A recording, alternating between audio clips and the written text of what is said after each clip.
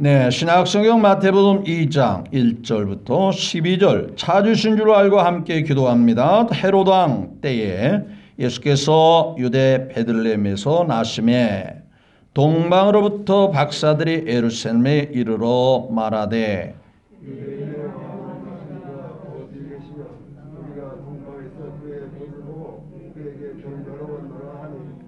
헤롯 왕과 온 예루살렘이 듣고 소동한지라.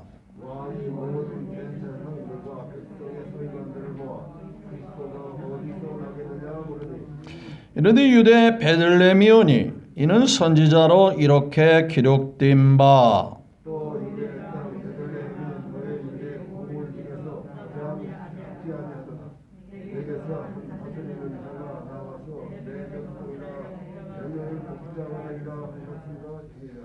이에 헤롯이 가만히 박사들을 불러 별이 나타난 때를 자세히 묻고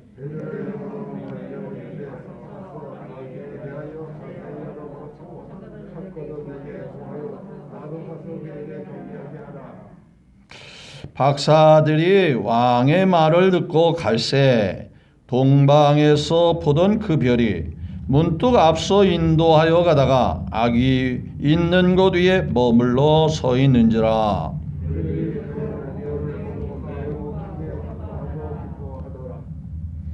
집에 들어가 아기와 그의 어머니 마리아와 함께 있는 것을 보고 엎드려 아기께 경배하고 보배합을 열어 황금과 유향과 모략을 예물로 드리니라.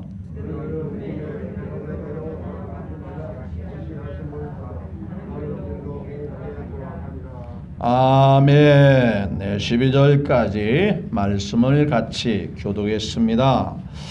네, 이 시간에 하나님께 나와 예배 드리는 한 분 한 분 위에 하나님의 따뜻한 손이 여러분들을 붙들어 주시며 또한 여러분들은 하나님께 큰 영광을 돌리시는 복되고 귀한 시간이 되시기를 예수 그리스도의 이름으로 축복합니다.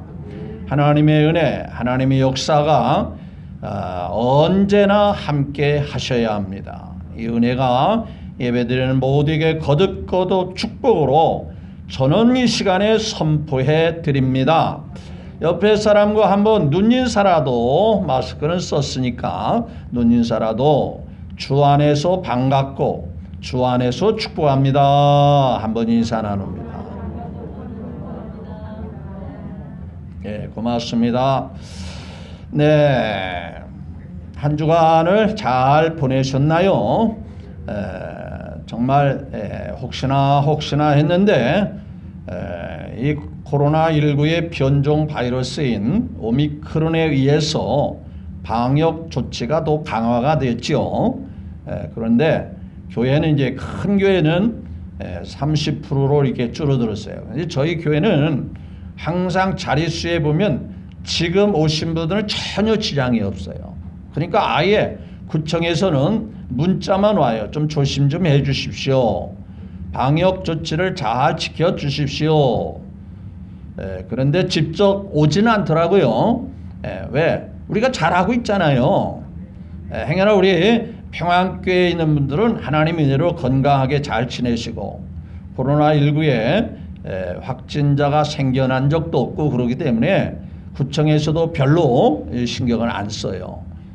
참 감사하다 생각하고, 그런데 이런 상황에서도 우리는 언제 어디서나 신앙을 꿋꿋하게 지키면 하나님이 지켜주시고 돌봐주시고 역사해 주심을 믿으시면 아멘. 확실하시죠? 우리가 믿는 하나님 살아계시잖아요. 믿어주면 아멘. 그래서 지난 시간에 말씀을 기억하시나요?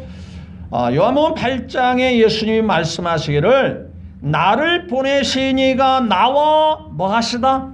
함께 하시도다. 즉 예수님을 이 땅에 보내신 분이 누구예요? 하늘에 계신 하나님 아버지잖아요. 그런데 예수님이 일컬어 말하기를 나를 보내신 하늘의 아버지가 나와 함께 하시도다. 이러면 더 이상 말할 것이 없는 거예요. 이것을 우리의 약속의 말씀으로 바꿔 말한다면 나를 구원하신 예수님이 나와 함께 하시다.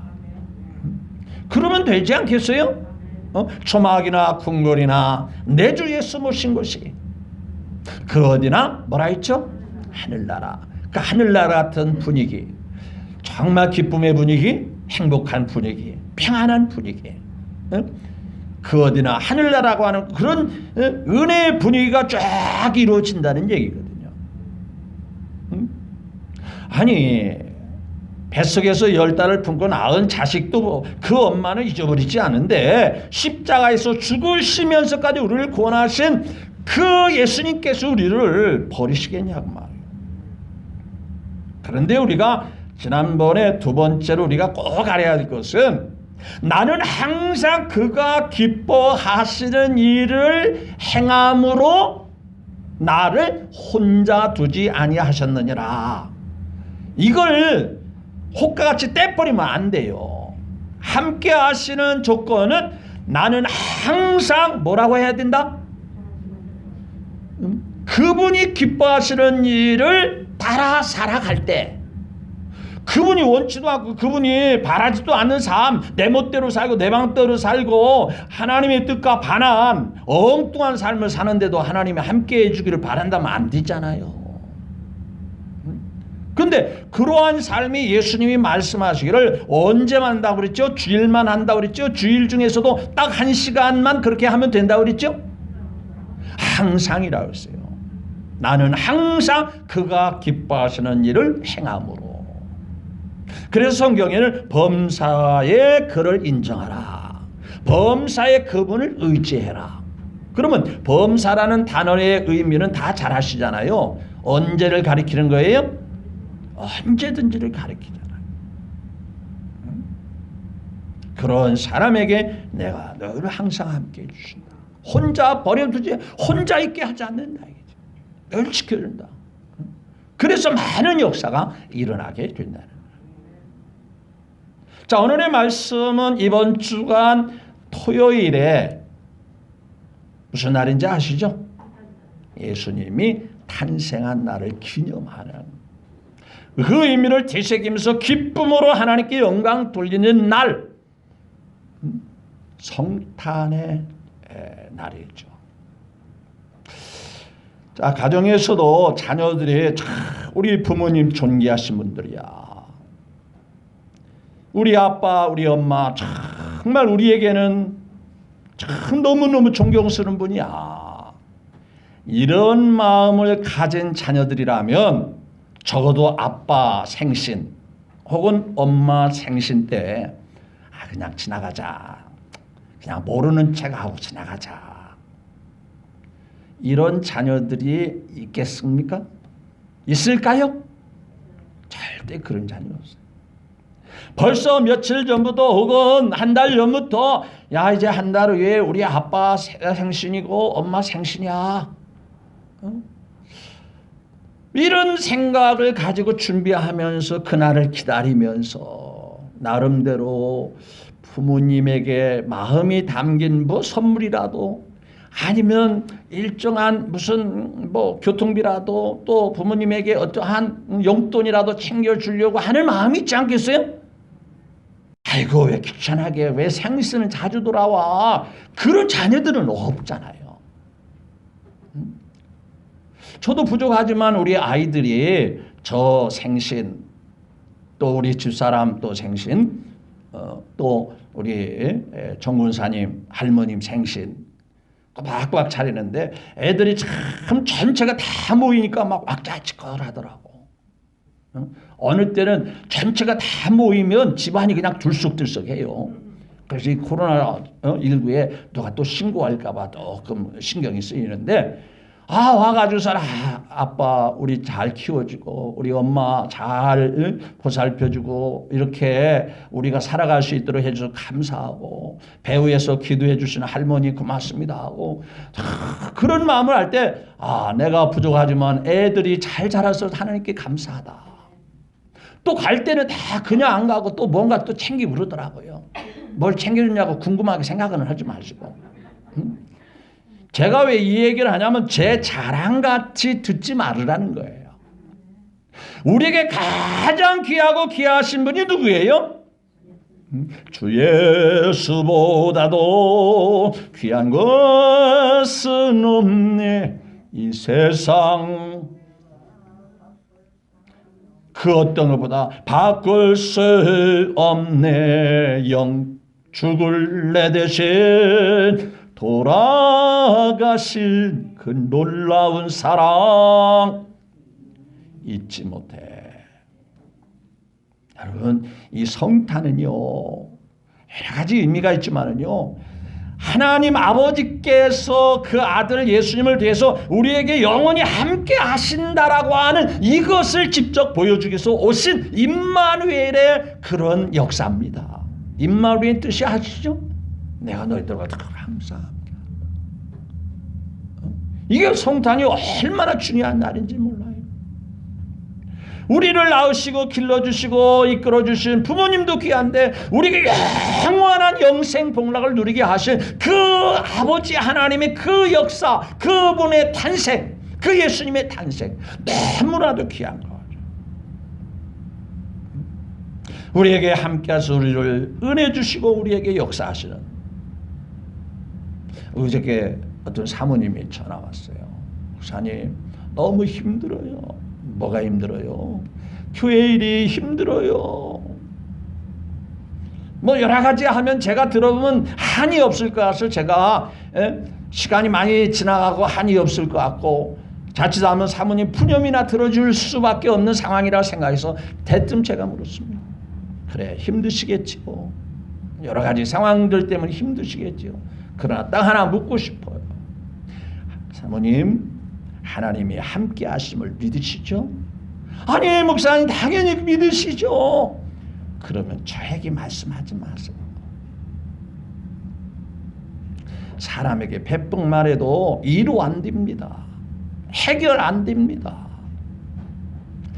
사모님 마음에 정말 하나님이 살아계신다면 그 하나님 바라보세요. 속상하고 힘든 것도 그분 아시잖아요. 그분이 해결하신 능력 있으시잖아요. 믿어주면 좀 아멘 좀 해봐요. 남 일이니까 가만히 있는 거예요. 그분이 함께 하시고 그분이 역사하신 것을 믿어진다면 뭐가 문제예요? 물론 과정이 힘들 수 있어요.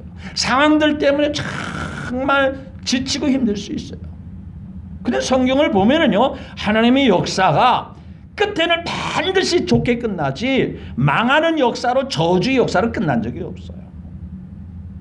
믿어지면 아멘.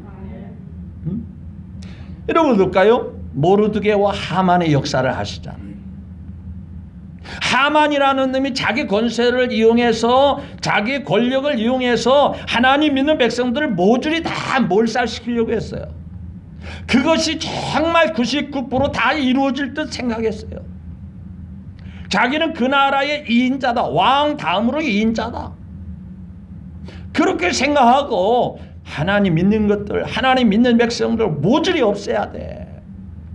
하나님이 어디 있다고 그따위 소리 하냐. 다 자기가 승리한 줄 알고 자기 권력에서 모든 것들이 입맛대로 되는 줄 알고 교만했습니다.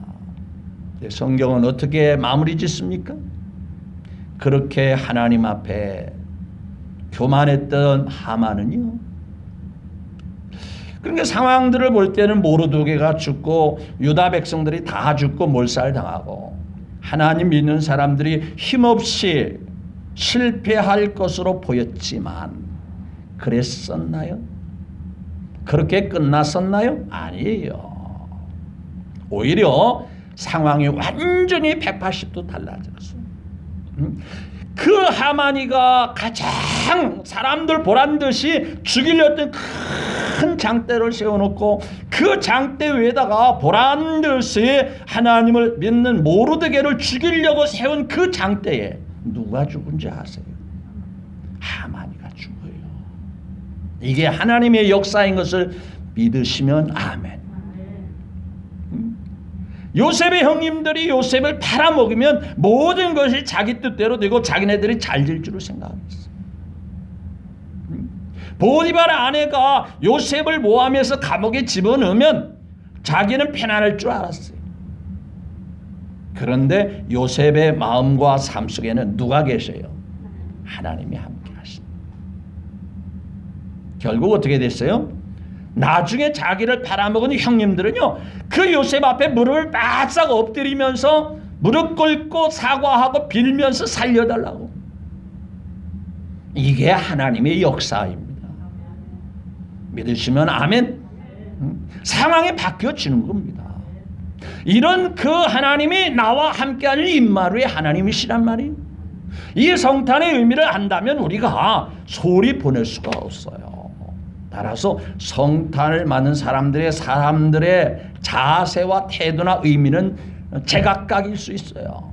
이 제각각인 마음들을 좀 더 모아서 추려놓으면 첫째는 경건하게 아름답게 믿음으로 기쁨으로 예수님의 성탄을 맞이하는 그런 믿음의 사람들이 있어요.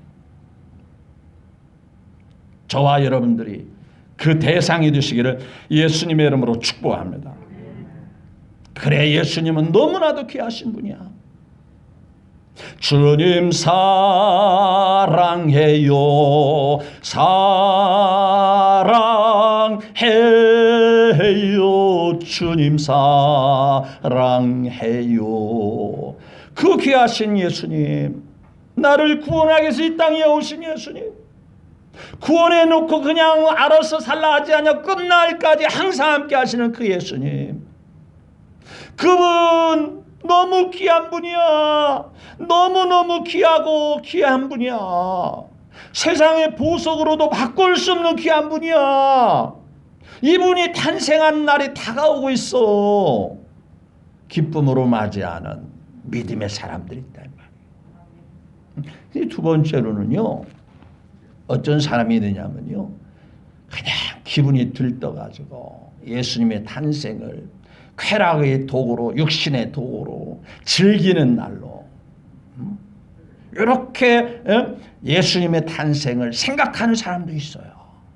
그냥 아무런 의미보다는 그냥 탄생이 오니까 그냥 좋은 날이겠지 하고 마음이 들떠가지고 세상적인 기분이나 내고 세상적인 어떤 쾌락이나 즐기려고 하고, 하나님이 기뻐하지 않지. 물론 우리 믿는 사람들이 그러겠느냐 하는데 혹 그런 분도 있을 수는 있어요. 그런가 하면 세 번째는요, 전혀 무관심하는 사람들이 있어요. 무관심한. 뭐 예수님 탄생이 뭐가 그렇게 중요해. 지금 코로나 상황인데, 지금 살기도 급급하고 힘든데 뭐 예수님 탄생이 뭐가 그렇게 중요해? 무관심으로 보낸 사람. 근데 오늘 본문 말씀들도 잘 성경에 보면은요, 네 종류의 사람들이 있어요. 첫째는요, 헤롯과 같은 완악한 사람. 이 사이비 왕입니다. 완악하게 그지없어요. 겉으로는 하나님을 섬기는 척하고 겉으로는 예수님을 맞이하는 척하고 뭐라 그랬어요? 야, 박사들아, 그 아기 예수님, 왕으로 오신 예수님을 찾거든 나한테도 좀 말해봐. 나도 가서 뭐 하겠다?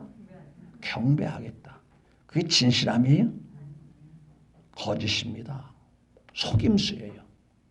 그가 마음으로 의도한 바는요, 예수님을 경배하기 위해서 알려달라는 게 아니라 그 아기 예수님이 왕이라면 밑에 자라나기도 전에 싹둑싹을 잘라버리듯이 뭐 하려고요?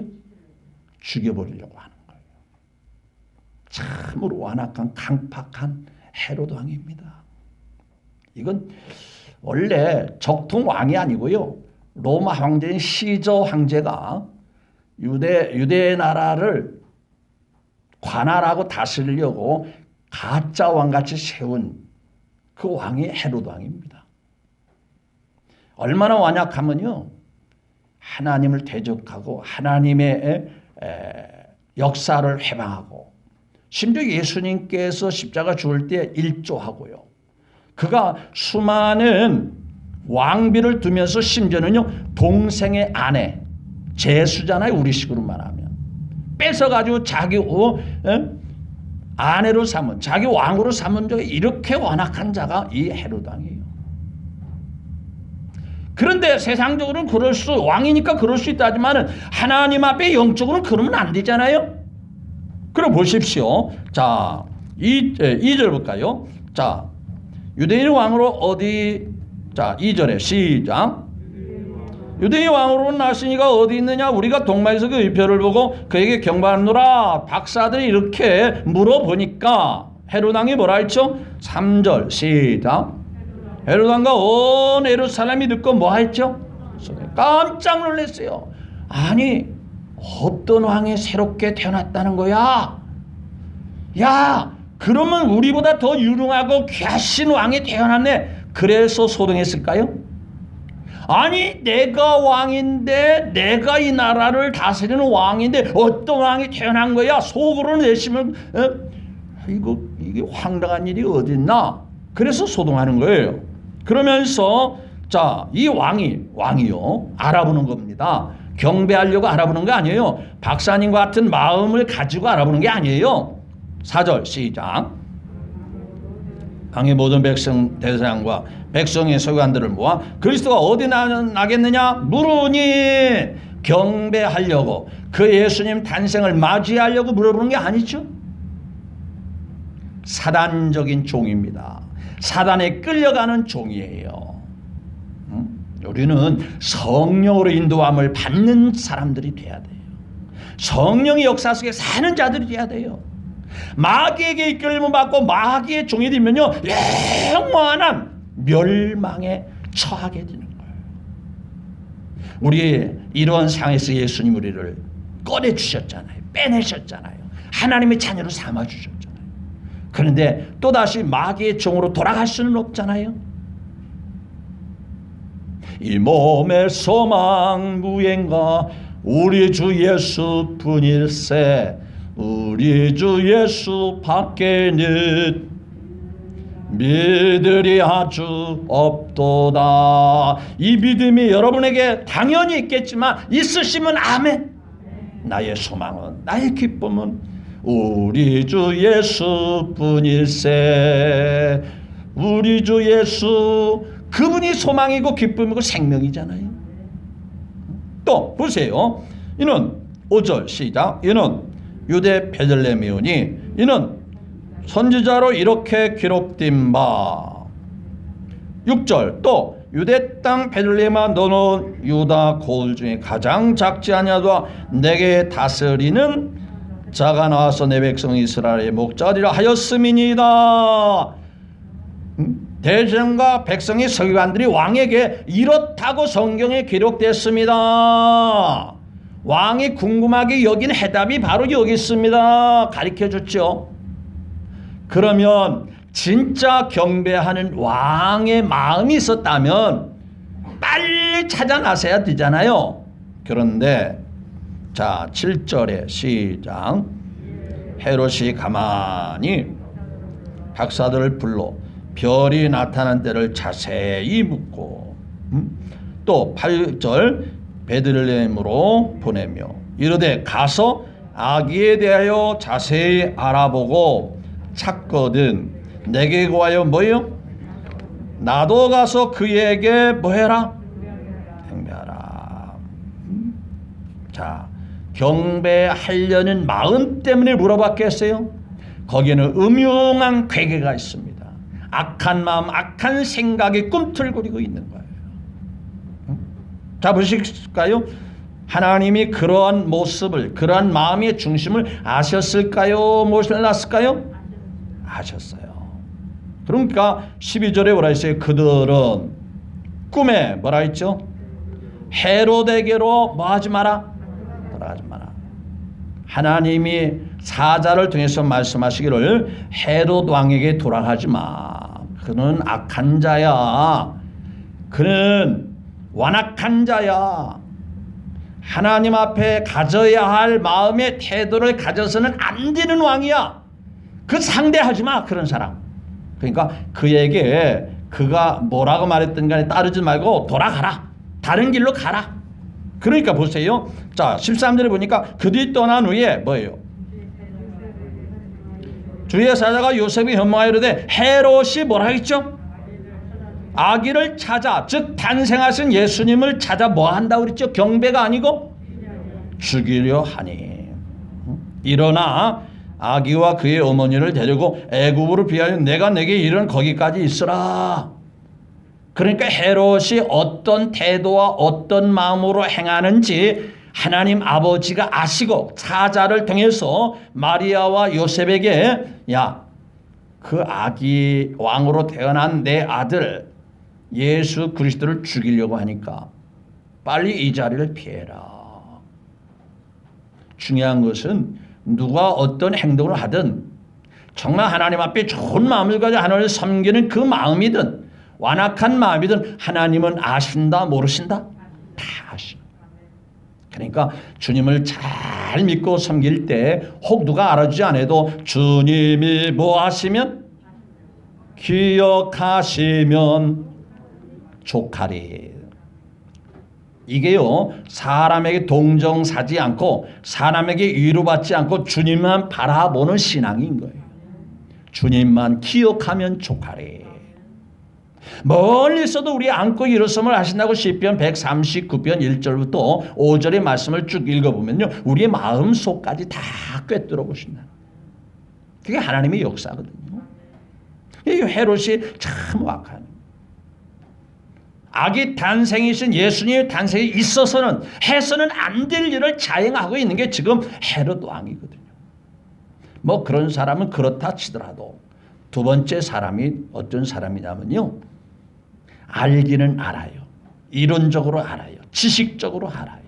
성경을 통해서 예수님이 어떤 분인지 하나님이 어떤 분인지 하나님이 그 아들을 보내서 무슨 일을 하는지 다 알고 어디서 태어난지를 알면서도 행함이 따르지 않는 사람들이 있습니다. 누구일까요? 네? 여기 보니까 4절에 왕이 뭐라 했죠? 모든 대제사장과 뭐예요? 백성의 서기관들을 모아 물어보는 겁니다. 모든 대제사장과 그동안의 대제사장직을 감당했던 전임 대제사장도 있잖아요. 이전에 노예를 친다면 이전의 노예장을 증경 노예장이라고 하거든요. 그러니까 노예 보면은 노예장 출신이 몇 사람이 될 수 있잖아요. 그러니까 다 모아놓고 당신들이 성경을 잘 알잖아. 그러니까 예수님의 탄생에 대해서 우리한테 좀 가르쳐 줘라. 그거 어렵지 않아요. 우리가 알고 있는 하나님의 말씀과 성경에요. 예수님이 어디에 태어난다고 기록됐어요.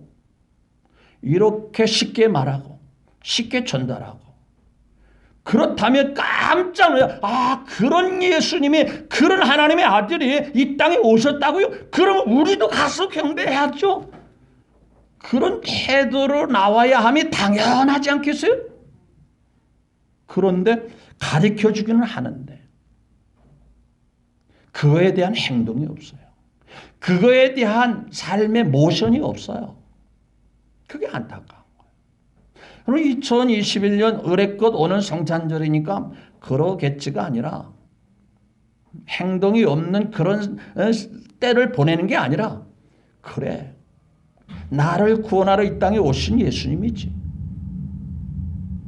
예수님의 탄생과 예수님의 부활은 기독교에서 가장 귀한 거예요. 맞죠? 다른 종이 흉내낼 수 없는 게 예수님의 부활이고요.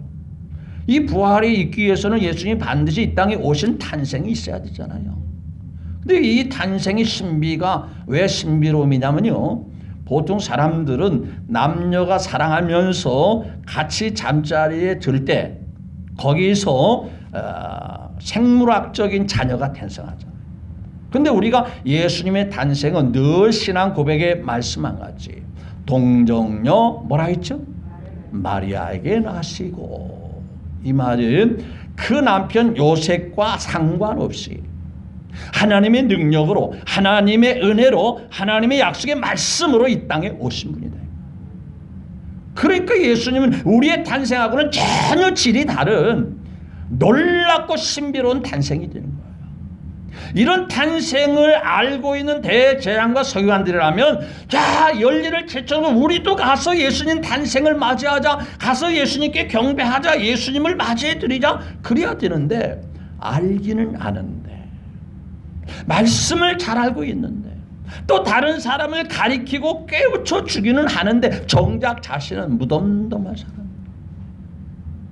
우리는 그런 사람이 없기를 바라고 또 없으리라고 저는 확실히 믿어 드립니다. 뭐 그런 사람들도 혹 있기는 있는데 세 번째 사람은 어떤 사람이냐면요. 무관심하는 사람들이 있어요. 분명히 보세요. 3절에 보면 헤롯 왕과 뭐라 했죠? 예루살렘이 듣고 뭐 했다고 그랬죠?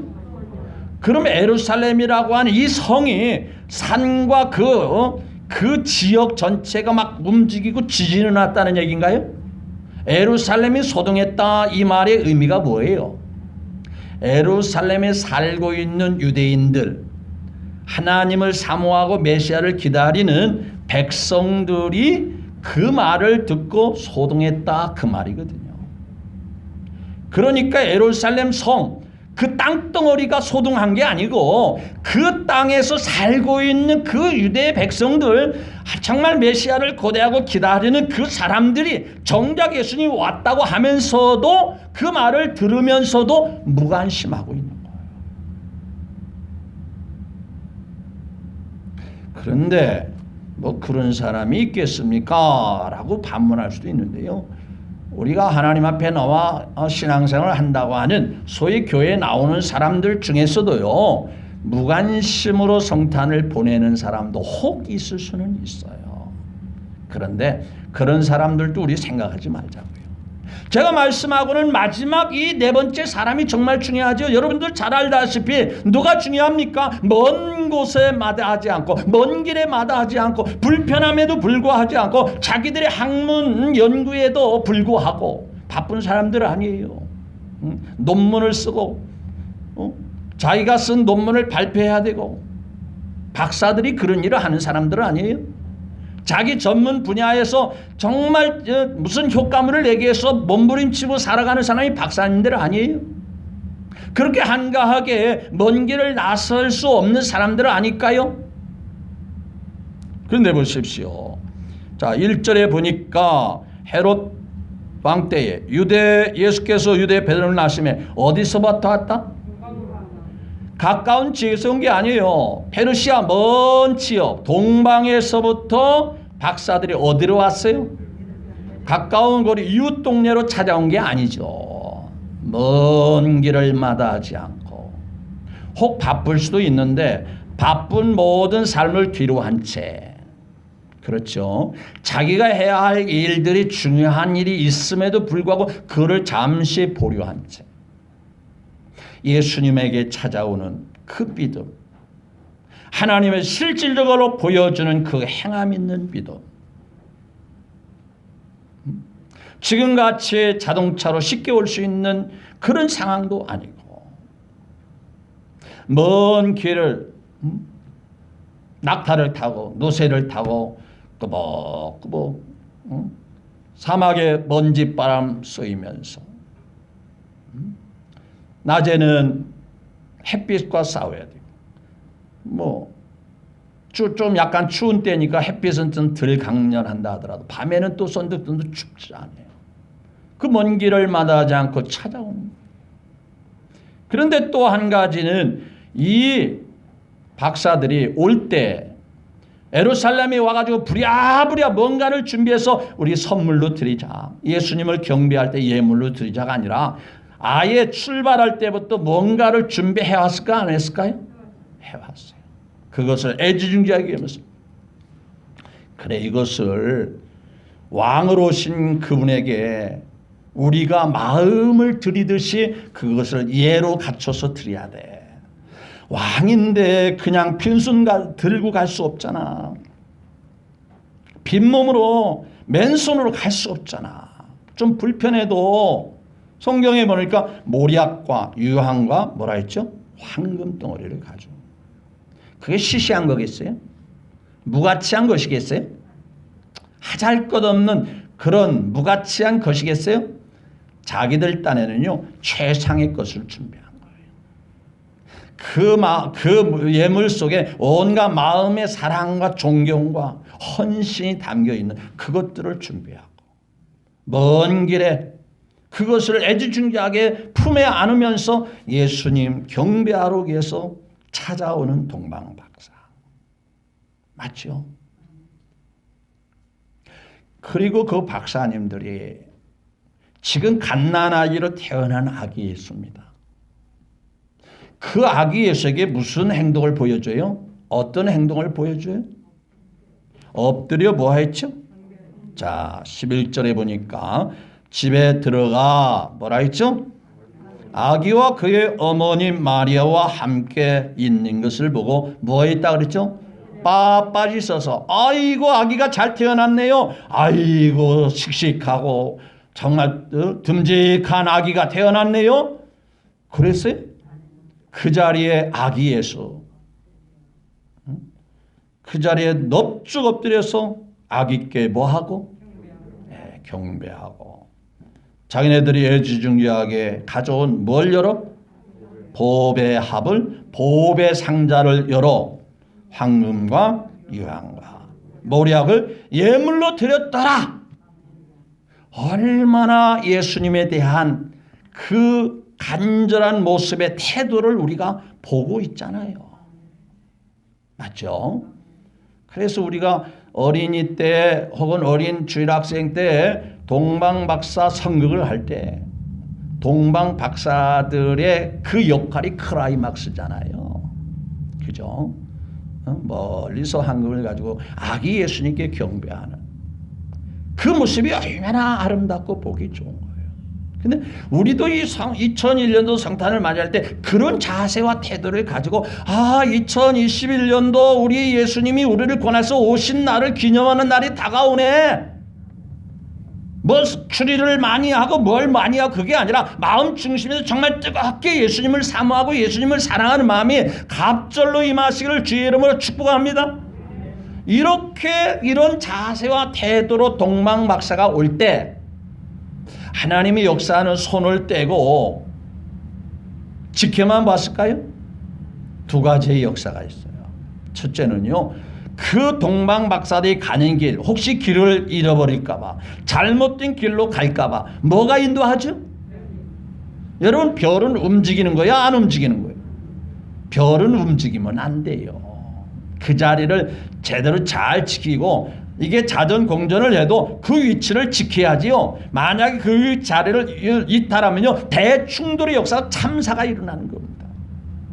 그런데 말이죠, 하나님께서 이 별을 인도하셔서 그들의 발걸음을 인도하고 그분의 가는 길을 인도하고 그분들과 함께 있음을 보여주시고 믿었지만 아멘. 이런 믿음을 가지고 사는 사람이 지금도 성령으로 인도하시고 성령으로 자연을 통해서 인도하시고 환경을 통해서 인도하시고 역사함을 나타내 주신다는 것을 우리에게 보여주고 있는 거예요. 코로나19로 힘들다 해도요, 하나님의 역사가 있으면 다 인도받잖아요. 능히 하나님의 해결을 주실 수 있잖아요. 정말 믿었지만 아멘. 이스라엘 백성들이 광야 40년 살 때 낮에는 뭐가 인도했어요? 더우니까.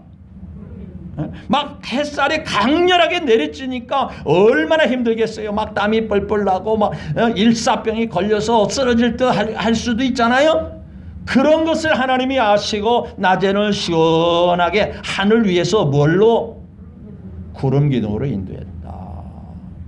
뜨거운 한여름에 자기 머리 위에 구름만 뭉게뭉게 피어오른 구름이 있으면 얼마나 좋아요. 서늘하잖아요. 맞죠? 그렇게 하나님은 이스라엘 백성들을 인도하셨어요. 또 밤에는 구름에 상관없이 넓은 들판 같은 사막에 얼마나 선득선득 춥겠어요. 낮에는 따뜻하고 이 사막의 특징이 있잖아요. 낮에는 강렬한 태양경, 밤에는 이게 장애물들이 없잖아요. 모래바람 날리잖아요. 그러니까 선득선득 추운 것이 보통이 아니에요.